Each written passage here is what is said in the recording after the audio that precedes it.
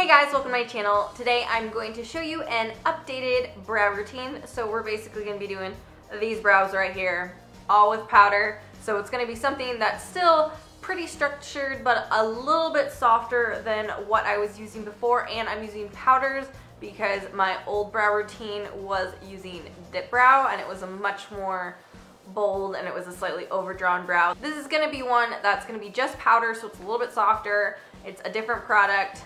And it's one that just follows the natural brow shape. So if you'd like to see how I do this, then just keep watching. So here's basically a before and after. As you can see, my brows aren't naturally perfectly shaped the same. But you know, brows are sisters, not twins, so whatever. So right now, this is just my brow. I've done absolutely nothing to it. So we're gonna start out just by spooling the brow. So I just like to basically brush the hairs where they will go when I gel them, so it's not like all over the place. Sometimes I want a really like full brow and I'll like brush them more straight up. As you can see, my brow hairs are pretty long and they're actually trimmed right now. Probably trim them even shorter. So I don't brush them straight up. I brush them like straight up but slightly to an angle just because the hairs grow really long for me. So in regards to filling in what I've been doing lately, I've been using the Anastasia. This is the Ash Brown Duo. I would like it to be slightly lighter, but still just as ashy. And I find if I use the blonde one, it still ends up looking really warm in my brows. And as you can see, this is like, there's nothing in my brow right now, but the hair's naturally pretty ashy. And so this is actually pretty close to what my hair naturally is. So when I use powders, I don't use the Anastasia one. I only like that for dip brow. So I'm using the Sigma E75, which is their brow brush. And I'm going to start using this lighter color right here. And so I'm going to take a little on my brush and then I just kind of, can you see that? Like tap it off so that I don't have a ton of product. If yours is closer to your hair color, then you probably don't have to do that. I just have to do it because otherwise it's pretty intense for me. So I start like a quarter of the way in, and that's where I'm gonna make the first line, because this first line is gonna deposit the most product, obviously, just along the body of the brow. Now I'm just going to sweep that product upwards, and I'm just staying from the body to the tail.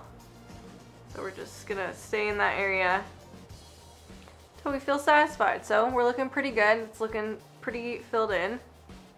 And now I'm going to start basically pressing my pencil so I stay that nice crisp line and pushing upwards. Because I'm going for an overall softer brow, but it's not super soft. Like, I wouldn't say this is a like completely natural brow.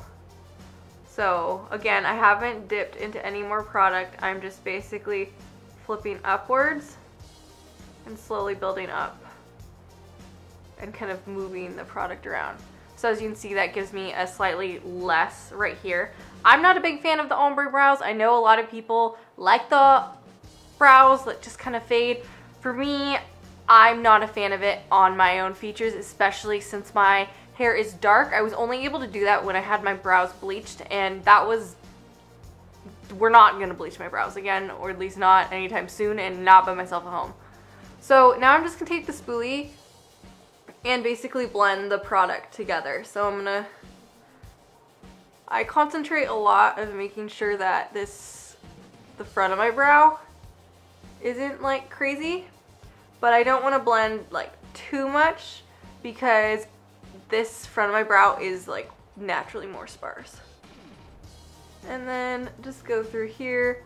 Mostly what I'm concentrating on is like, I do want a crisp line there, but I don't want too much of a line there, if that makes any sense.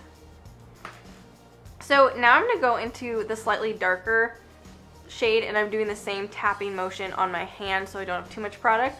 And now we're gonna basically make the tail. So I like to basically figure out where I want my tail to end by, if I was to follow my lower lash line at that angle, I want my tail to be roughly there.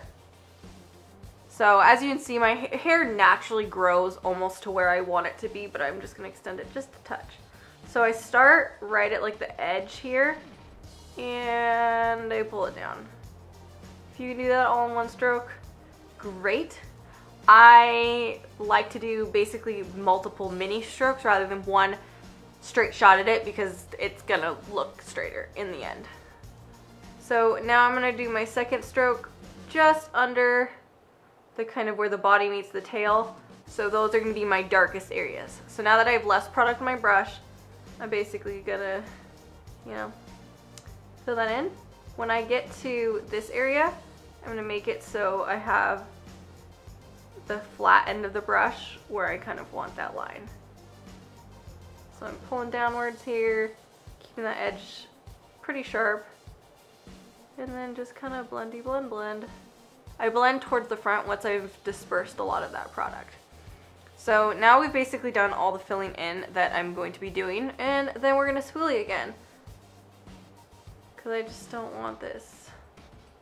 I want this still pretty soft. I feel like I'm like being an oxymoron because it's like I want it soft, but I wouldn't consider these completely natural brows. Alright, so that's like roughly how I like my brows.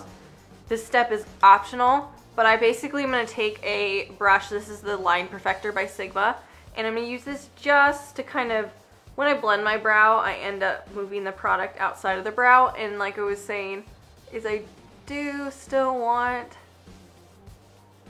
basically right now, I want a brow that's like pretty bold, but not as bold as I was doing with dip brow, and I'm not overfilling my brow. As you can see, all the color that I position basically stays within how my brow is naturally. So at this point, I like to basically look between my two brows. So as you can see, this one naturally is less sparse than this one, so we're not completely even because this one just has more hair than this.